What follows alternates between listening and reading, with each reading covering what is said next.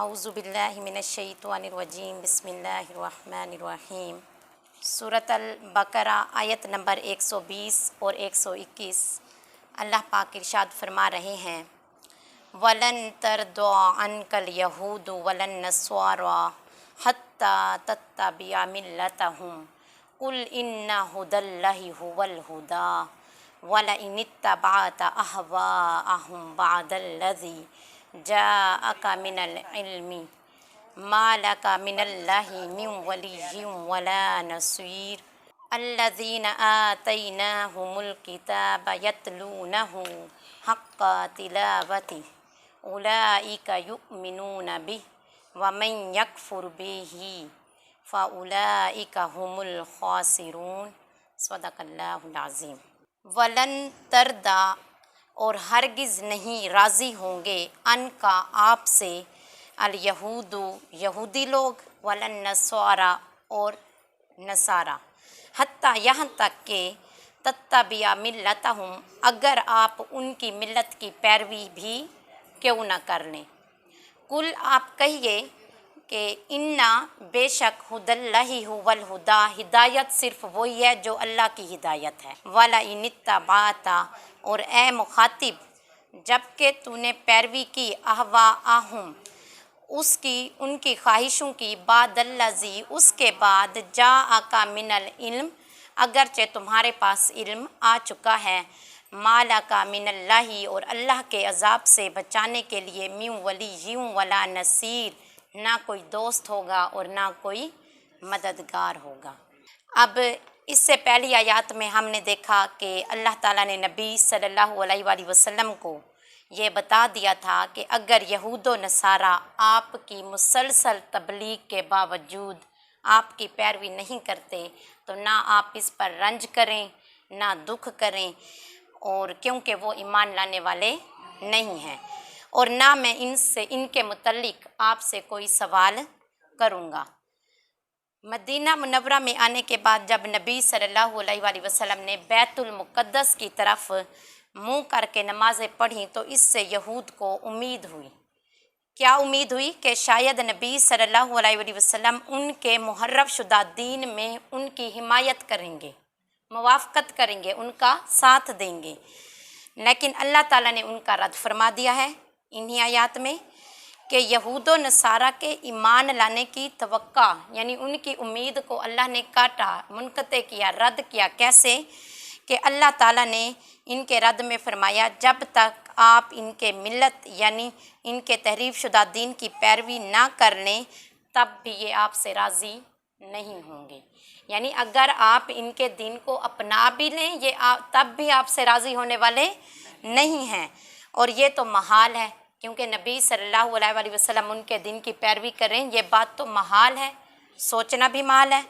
پھر اللہ تعالیٰ نے فرمایا آپ ان کو بتائیں کہ در حقیقت ہدایت کیا ہے۔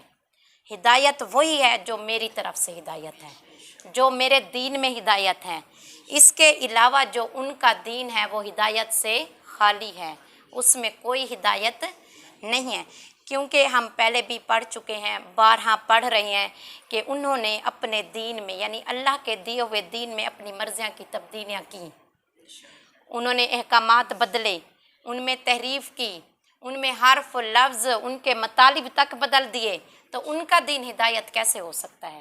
ہدایت تو صرف وہی ہے، اللہ خود فرما رہا ہے اِنَّ هُدَى اللَّهِ هُوَ الْهُدَىٰ ہدایت وہی ہے جو اللہ کی ہدایت ہے، اس کے علاوہ کوئی چیز ہدایت نہیں ہے۔ اب اگر اس پر اس آیت کے پیش نظر اعتراض کیا جائے کہ اس میں اللہ نے فرمایا ہے کہ یہود و نصارہ ہرگز ایمان نہیں لائیں گے، اور سورۃ النساء میں اللہ نے فرمایا ہے کہ حضرت عیسیٰ علیہ السلام کی وفات سے پہلے یعنی جب قرب قیامت کے نزدیک جب حضرت عیسیٰ علیہ السلام آئیں گے تو اس وقت تمام اہل کتاب ایمان لے آئیں گے، یہ کھلا ہوا تعارض بنتا ہے کہ ایک جگہ اللہ فرما رہا ہے کہ وہ ہرگز ایمان نہیں لائیں گے، پھر اگلی صورت یعنی جو ہم پڑھیں گے سورہ نساء اس میں اللہ فرما رہا ہے کہ یعنی حضرت عیسیٰ کی وفات سے پہلے جتنے بھی اہل کتاب ہیں یہودی نصارہ عیسائی جو بھی ہیں وہ تمام کیا کریں گے؟ آپ پر ایمان لے آئیں گے۔ اور وہ آیت کون سی ہے یہاں پر ایو یا 159 آیت ہے کہ وَإِن مِّنْ أَهْلِ الْكِتَابِ إِلَّا لَيُؤْمِنَنَّ بِهِ قَبْلَ مَوْتِهِ، اور عیسیٰ ابن مریم کی موت سے پہلے اہل کتاب میں سے ہر شخص ان پر ایمان لے آئے گا۔ اور یہ بات بھی اللہ فرما رہا ہے اور یہ بھی اللہ فرما رہا ہے کہ اب وہ ہرگز ایمان لانے والے نہیں ہیں۔ اب اس کا جواب یہ ہے کہ یہ جو آیت ہے اس میں یہود و نصارہ کے حسد اور ان کے بغض سے ان کے ایمان لانے کی اللہ نے نفی فرمائی ہے۔ یعنی ایک تو ان کے دلوں میں حسد ہے، دوسرا بغض اور عداوت ہے جس کی وجہ سے وہ ایمان لانے والے نہیں ہیں۔ اور آخر میں جب حضرت عیسیٰ کو دین اسلام اور حضرت سیدنا محمد صلی اللہ علیہ وآلہ وسلم کی شریعت کی پیروی کرتے ہوئے دیکھیں گے تو ان کا حسد اور بغض زائل ہو جائے گا، یعنی ختم ہو جائے گا، اور پھر وہ کیا کریں گے، جو ان کی یعنی حضرت عیسیٰ کی حقانیت ہے وہ آپ لوگوں پر واضح ہو جائے گی، پھر وہ آپ پر ایمان لے آئیں گے۔ یعنی دونوں باتیں ٹھیک ہیں، اب وہ اپنے حسد بغض و عناد کی وجہ سے ایمان نہیں لا رہے، لیکن آخر میں ان کی وہ چیزیں ختم ہو جائیں گی اور اس کا نتیجہ کیا ہوگا کہ وہ ایمان لے آئیں گے۔ اب اس سے ایک پچھلی جو آیت آئی ہے یعنی انہی میں، اس میں اللہ نے ارشاد فرمایا ہے کہ مَا لَكَ مِنَ اللَّهِ مِن وَلِيٍّ وَلَا نَصِيرٍ، اللہ کے عذاب سے بچانے کے لیے نہ کوئی دوست ہوگا اور نہ کوئی مددگار۔ اور یہ بات ہم پہلی بار نہیں پڑھ رہے، پہلے بھی ہم یہ بات پڑھ چکے ہیں۔ تو اس سے پہلے حصے میں اللہ نے ارشاد فرمایا ہے کہ اے مخاطب، یعنی رسول صلی اللہ علیہ وآلہ وسلم پر یہ کتاب نازل ہوئی، مخاطب آپ کو بلایا جاتا ہے، ٹھیک ہے۔ وَلَئِنِ اتَّبَعْتَ، اے مخاطب جب کہ آپ پیروی کریں اہواءہم ان کی خواہشوں کی، ٹھیک ہے، بعد الذی جاءک من العلم، اگرچہ اس کے بعد آپ کے پاس علم آ چکا ہے، تو پھر آپ کو اللہ کے عذاب سے بچانے کے لیے نہ کوئی دوست ملے گا اور نہ کوئی مددگار۔ اب وہ کہتے ہیں کہ اللہ نے ظاہراً اس میں خطاب کسی اور سے کیا ہوا ہے اور حقیقت میں اللہ خطاب کسی اور سے کر رہا ہے۔ اب حضور صلی اللہ علیہ وآلہ وسلم سے یعنی بظاہر تو خطاب کیا جا رہا ہے، آپ کو بلایا جا رہا ہے، لیکن حقیقت میں اس سے مراد عام مسلمان ہیں۔ کون مسلمان ہیں؟ عام، یعنی وہ مسلمان ہیں جو یہود اور نصارہ کے دین کی پیروی کریں گے، ٹھیک ہے۔ یہ ان کے عذاب کے بارے میں بتایا جا رہا ہے کہ پھر وہ اپنے عذاب میں نہ کوئی مددگار پائیں گے نہ کوئی دوست پائیں گے، کیونکہ حضور صلی اللہ علیہ وآلہ وسلم کے لیے محال ہے کہ وہ یہود و نصارہ کے دین کی پیروی کریں۔ بات سمجھ آ رہی ہے؟ یہ جو عام لوگ ان چیزوں پر عمل کریں گے یہ انہیں مخاطب کیا جا رہا ہے۔ پھر آگے اگلی آیت میں اللہ نے فرمایا ہے کہ جن لوگوں کو میں نے کتاب دی ہے وہ اس کی تلاوت ایسے کرتے ہیں جیسے اس کی تلاوت کرنے کا حق ہے۔ کیا ہے؟ حق ہے۔ اب اس میں دو قول ہیں۔ پہلا قول تو یہ آتا ہے کہ اس سے مراد اہل کتاب ہیں، یعنی تورات، زبور اور انجیل والے لوگ ہیں۔ اللہ نے ان کو کتابیں دیں اور اللہ نے ان کے لیے فرمایا ہے یہ کتاب کو ویسے پڑھتے ہیں جیسا میں نے ان کو پڑھنے کا حق دیا ہے، ٹھیک ہے۔ اور وہ اس میں ایک قول یہ بھی آتا ہے کہ وہ اس میں تبدیلیاں نہیں کرتے، جیسے اللہ نے بھیجا ہے ایز اٹ از اس کو پڑھتے ہیں۔ اور دوسرا قول یہ ہے کہ اس سے مراد قرآن پاک ہے۔ کیا ہے؟ قرآن پاک۔ اور قرآن پاک کا مطلب بھی یہی ہے کہ بار بار پڑھی جانے والی کتاب، بار بار پڑھی جانے والی کتاب، یہ اس کا مطلب ہے۔ اب آپ لوگ دیکھ لیں 1400 سال بلکہ اب تو 1500 سال گزر چکے ہیں، تقریباً ہو گئے ہیں، تب سے لے کر اب تک اس کو کتنا پڑھا جاتا ہے۔ لوگوں کے سینوں میں محفوظ ہے یہ کتاب، پوری کی پوری کتاب انہوں نے سینوں میں محفوظ کی ہوئی ہے۔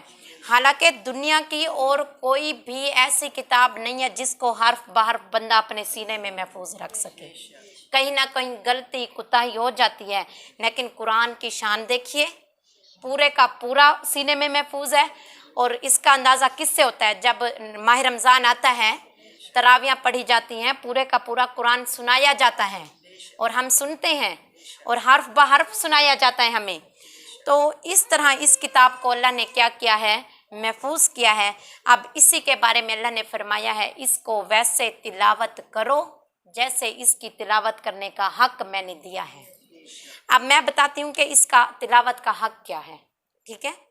سب سے پہلے یہ ہے کہ قرآن مجید کی تلاوت کرتے ہوئے اس کے معنی میں غور و فکر کرنا، ٹھیک ہے، اس کے معنی، مطالب، اس کے مطلب پر سوچ و بچار کرنا کہ اللہ ہم سے کہہ کیا رہا ہے، اللہ ہم سے کیا امید لگا رہا ہے کہ ہم اس کو کیسے سمجھیں، پھر اس پر کیسے عمل کریں۔ دوسرے نمبر پر جب کبھی قرآن پڑھتے ہوئے، اس کے مطلب پڑھتے ہوئے جنت یا آیت رحمت آئے تو اس کو طلب کریں، ٹھیک ہے، جنت اور آیت رحمت پر طلب کریں، اور عذاب کی آیت پڑھیں تو اس سے پناہ مانگیں، ٹھیک ہے، اور اگر نیک لوگوں کی معاملات اور ان کی صفات اور ان کے حالات پڑھیں تو ان کو اپنانے کی دعا کریں کہ یا اللہ ہمیں بھی ان جیسے عمل کرنے کی توفیق عطا فرما۔ اگر برے لوگوں کا ذکر پڑھیں، برے لوگوں کی خامیاں، برائیاں پڑھیں تو ایسے اعمال سے محفوظ رہنے کی بھی دعا کریں، اور احکام کی آیات پڑھیں تو ان پر عمل کرنے کی توفیق طلب کریں، ٹھیک ہے۔ اگر اس حق کی روشنی میں ہم دیکھیں تو کیا ہم اس کا حق ادا کر رہے ہیں؟ ہم کوشش کر سکتے ہیں جب آیت رحمت، جنت کی خوشخبری والی آیت آیا کرے تو آپ لوگ دعا کیا کریں اللہ سے، اسی طرح عذاب کا ذکر آیا کرے تو پناہ مانگا کریں، اور اسی طرح جب نیک لوگوں کی صفات آئیں تو ان جیسے عمل کرنے کی کوشش کیا کریں، ان کو اپنانے کی کوشش کیا کریں، اور اگر برے لوگوں کے اعمال آئیں اور پتہ لگے کہ یہ برا عمل ہے تو اس سے چھٹکارے کی دعا مانگیں، اس سے دور رہنے کی، اور آخر میں لکھا کہ احکام کی آیات پڑھیں تو ان پر عمل کی توفیق طلب کریں۔ احکام ہمارے کون کون سے ہیں؟ یعنی نماز کے بارے میں، روزہ، زکوٰۃ، حج، صدقات، خیرات، اور اس کے علاوہ باقی جتنے بھی احکام آئے ہیں ہمارے معاشی، مالی، ازواجی، جو بھی آئے ہیں ان پر عمل کی بھی توفیق طلب کیا کریں اللہ سے۔ اس کے بعد لکھا ہوا ہے نمبر 3 پر کہ قرآن مجید کی تلاوت اس طرح کریں کہ اس کے تقاضوں پر عمل کریں۔ سارے حق میں ایک ہی بات آ رہی ہے، میں نے 1-2 اور کتابوں سے بھی اس کو دیکھا کہ اس کے حق کیا ہیں، تو وہ یہی لکھا ہوا آ رہا تھا کہ اس کے جو معنی ہیں، جو اللہ پاک نے ہمارے لیے احکامات بھیجے ہیں ان پر عمل کریں، ان تقاضوں کو پورا کریں کہ اللہ آخر ہم سے کہنا کیا چاہ رہا ہے، اللہ کیا چاہتا ہے، کیا ہم اس کی عربی پڑھتے جائیں اور نیکیاں لیتے جائیں؟ ایک لفظ پڑھنے پر 10 نیکیاں ہیں مطلب کے بغیر۔ اگر ایک پارہ روزانہ پڑھنے کا معمول ہے تو حضرت عائشہ صدیقہ کی روایت کے مطابق ایک آیت پڑھیں لیکن ترجمے کے ساتھ سمجھ کر پڑھیں، وہ زیادہ بہتر ہے بانسبت اس کے کہ آپ پورا ایک پارہ عربی میں پڑھتے جائیں۔ بات سمجھ آ رہی ہے؟ تھوڑا پڑھیں، ترجمے کے ساتھ پڑھیں، سمجھ کر پڑھیں، اس میں اللہ کیا فرما رہا ہے اس کو ذہن میں رکھیں، اس سے زیادہ بہتر ہے کہ آپ پورا قرآن عربی میں ختم کریں، ٹھیک ہے؟ تو یہ اس کا تقاضا ہے۔ پھر لکھا ہوا ہے کہ خشوع اور خضوع سے پڑھیں، آیات غضب کو پڑھ کر اس پر خوف طاری ہو، اس کے بدن، یعنی جب انسان میں خوف ہوتا ہے تو اس کے بدن میں رونگٹے کھڑے ہو جاتے ہیں کہ اللہ کا عذاب اتنا سخت ہو سکتا ہے، اور اپنے گناہوں پر اشک ندامت بھی بہائیں۔ قرآن مجید کی محکم آیات پر عمل کریں، متشابہات پر ایمان لائیں، اور ان کا معنی اور مراد جو ہے وہ اللہ تعالیٰ کی طرف منسوب کریں۔ یہ قرآن مجید کی تلاوت کے حق ہیں، اور کوشش کریں کہ ہم ان حق کو پورا کریں، ٹھیک ہے؟ یہ اس کتاب کا ہم پر حق ہے۔ کہتے ہیں جب ہم نماز پڑھتے ہیں تو ہم اللہ سے کلام کرتے ہیں، جب قرآن پڑھتے ہیں تو اللہ ہم سے کلام کر رہا ہوتا ہے، کیونکہ ہمارے ہر سوال کا جواب، ہماری ہر مشکل پریشانی کا حل اس کتاب میں ہے۔ لیکن بات پھر وہی آ جائے گی جو میں اکثر کہتی ہوں کہ پڑھنے کی ضرورت ہے، سمجھنے کی ضرورت ہے کہ آخر اللہ نے لکھا کیا ہے۔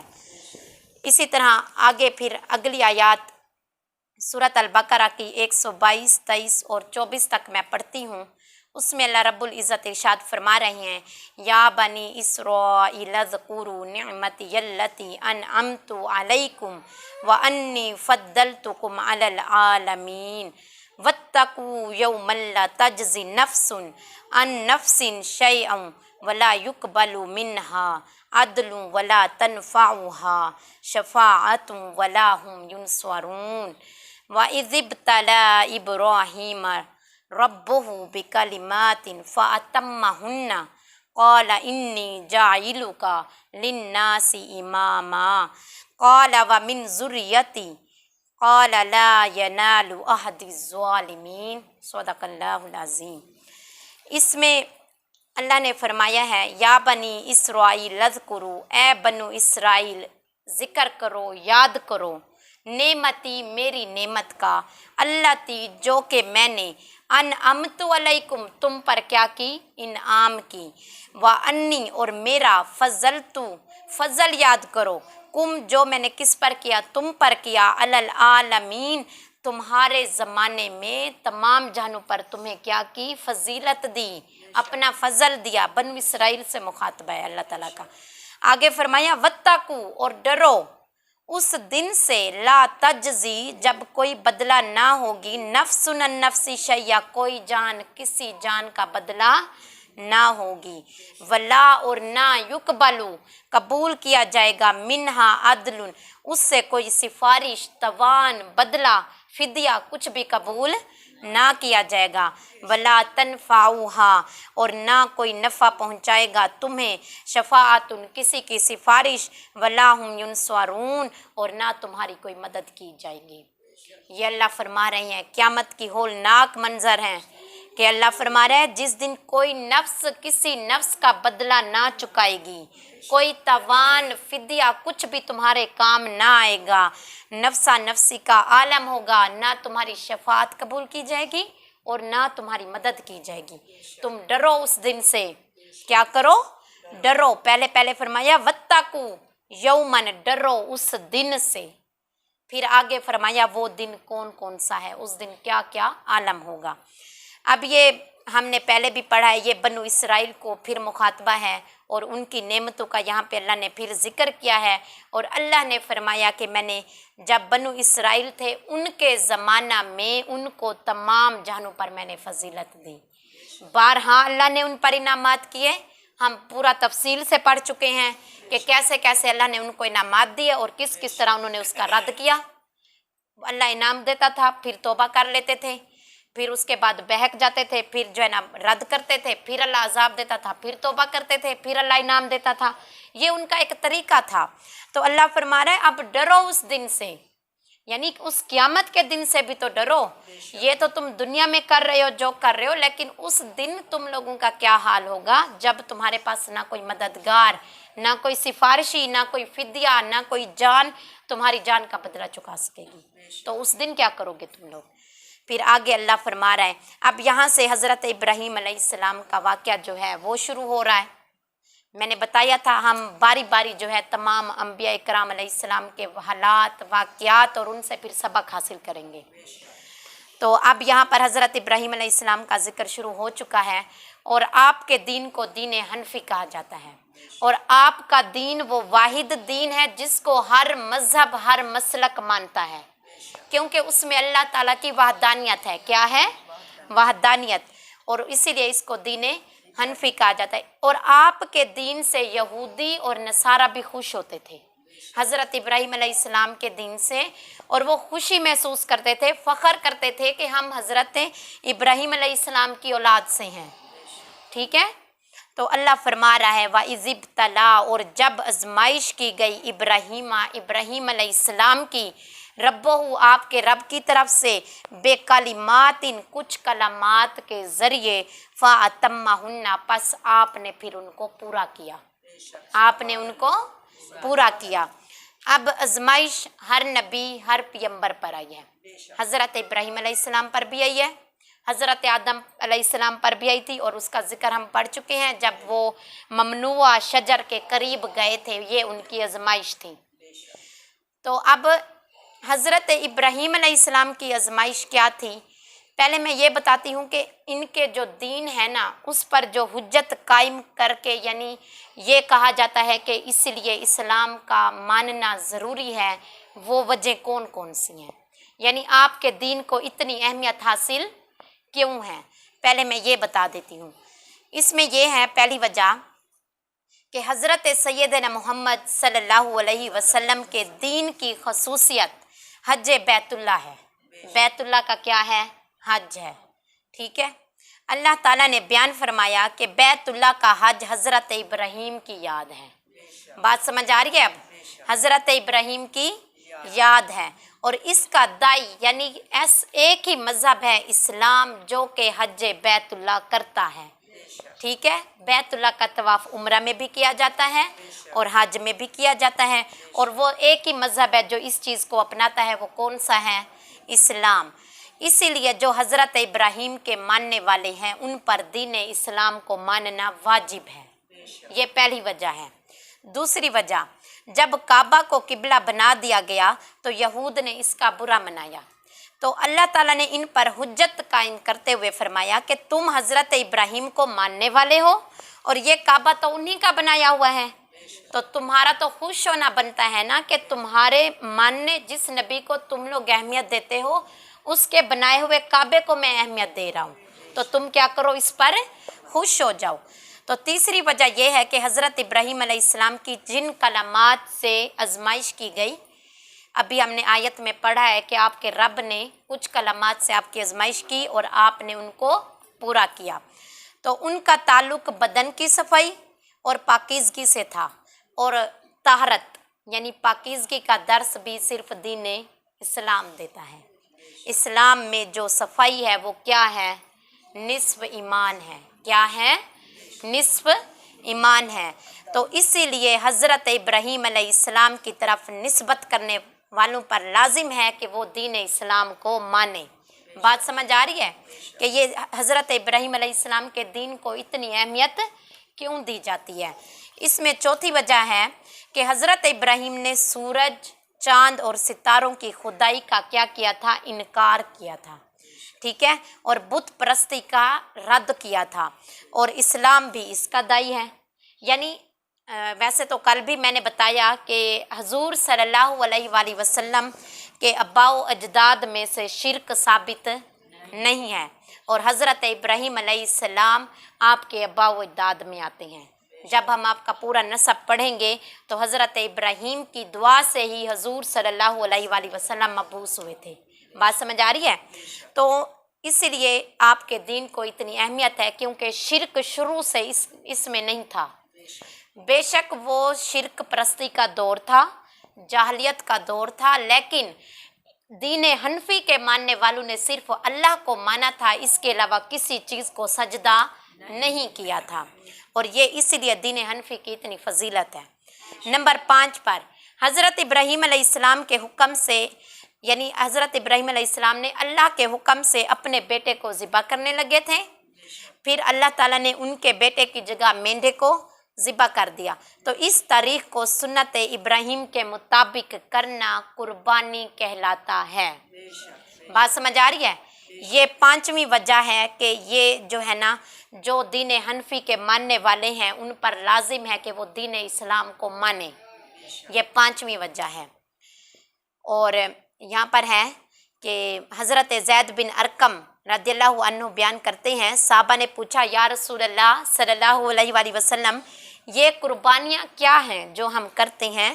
تو آپ نے فرمایا تمہارے باپ ابراہیم کی سنت ہے اور تم اس کو کرو۔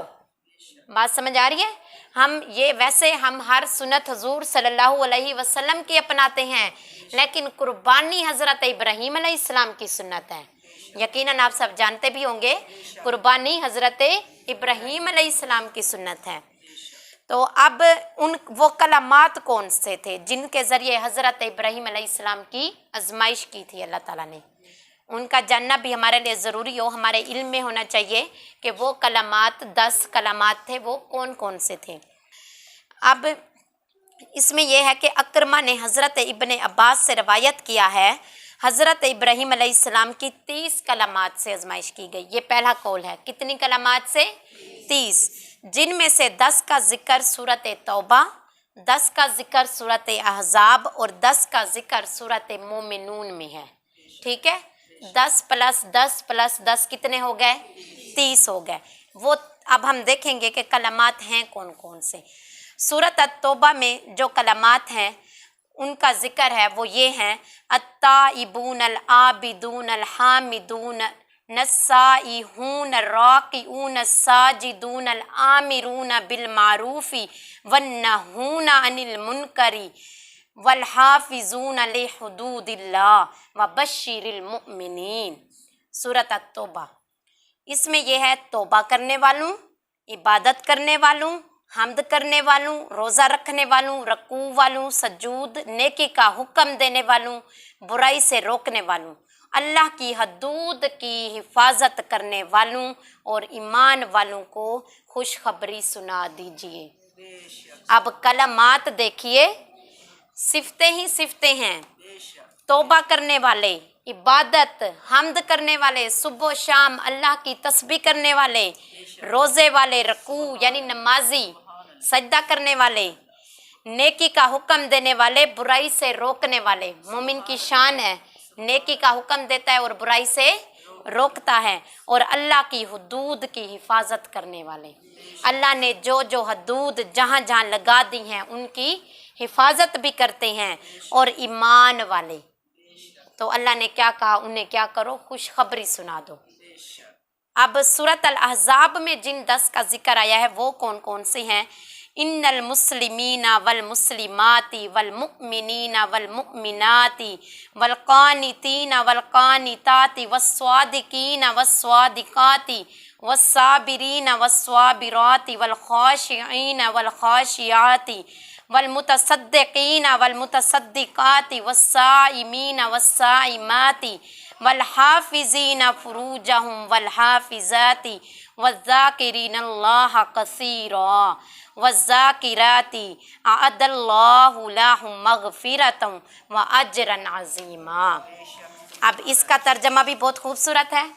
بے شک مسلمان مرد، مسلمان عورتیں، ایمان والے مرد، ایمان والی عورتیں، فرما بردار مرد، فرما بردار عورتیں، سچے مرد، سچی عورتیں، صبر کرنے والے مرد، صبر کرنے والی عورتیں، خشوع کرنے والے مرد، خشوع کرنے والی عورتیں، صدقہ دینے والے مرد، صدقہ دینے والی عورتیں، روزہ رکھنے والے مرد، روزہ رکھنے والی عورتیں، اور اپنی شرم گاہوں کی حفاظت کرنے والے مرد، اور اپنی شرم گاہوں کی حفاظت کرنے والی عورتیں، اور اللہ کا بہت ذکر کرنے والے مرد، اور اللہ کا بہت ذکر کرنے والی عورتیں۔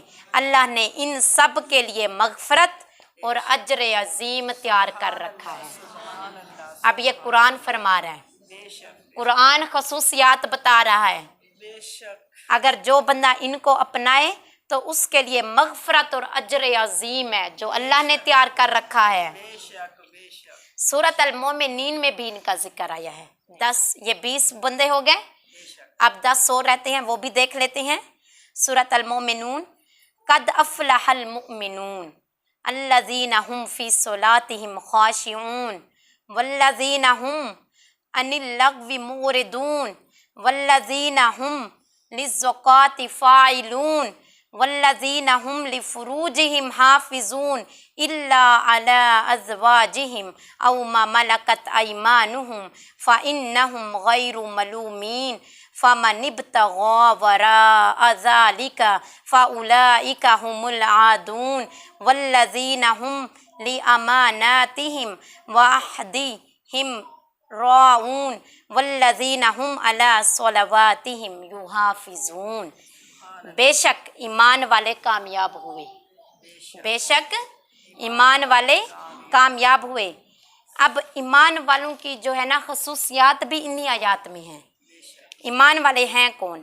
جو اپنی نماز خشوع سے پڑھتے ہیں، اپنی نماز خشوع سے پڑھتے ہیں، جو بیہودہ باتوں سے اعراض کرتے ہیں یعنی منہ پھیرتے ہیں، جو زکوٰۃ دیتے ہیں، اپنی شرم گاہوں کی حفاظت کرتے ہیں، ماں سوا اپنی بیویوں اور باندیوں کے، بے شک اس میں ان پر کوئی ملامت نہیں، اور جو اس کے سوا کسی اور کو طلب کرے تو وہی لوگ اللہ کی حدود سے تجاوز کرنے والے ہیں، اور جو اپنی امانتوں اور اپنے عہد کی رعایت کرنے والے ہیں، اور جو اپنی نماز کی قضا ہونے سے حفاظت کرتے ہیں۔